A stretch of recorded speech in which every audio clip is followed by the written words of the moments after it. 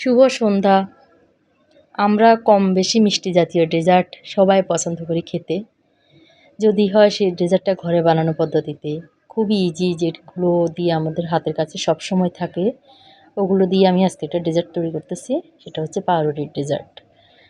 তো আমি প্রথমে আগে দুধ জাল দিয়ে, দুধের চিনি, দুধ, এলাচ পাউডার দিয়ে দুধটাকে একটু ঘন করে জাল দিয়ে নিলাম। ওটা যদিও আমি দেখাই নাই। আর ওটার মধ্যে আমি একটা জিনিস অ্যাড করছি, এটা হচ্ছে আগার একটা পাউডার থাকে। ওই পাউডারটা ডেজার্টে ব্যবহার করলে ডেজার্টটা জমে যায় ভালো। ভালো জমে একদম ডেজার্টটা ফিট হয়ে যায়।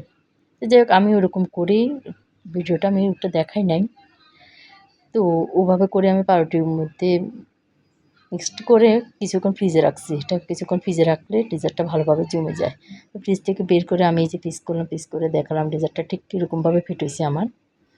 দেখতে যেরকম সুন্দর, খেতে অনেক টেস্ট হয় ডেজার্টটা। মিষ্টি একটা ডেজার্ট, বিশেষ করে আমাদের খাওয়ার পরে বা মাঝে মধ্যে একটু মিষ্টি ডেজার্ট খেতে সবাই পছন্দ করি।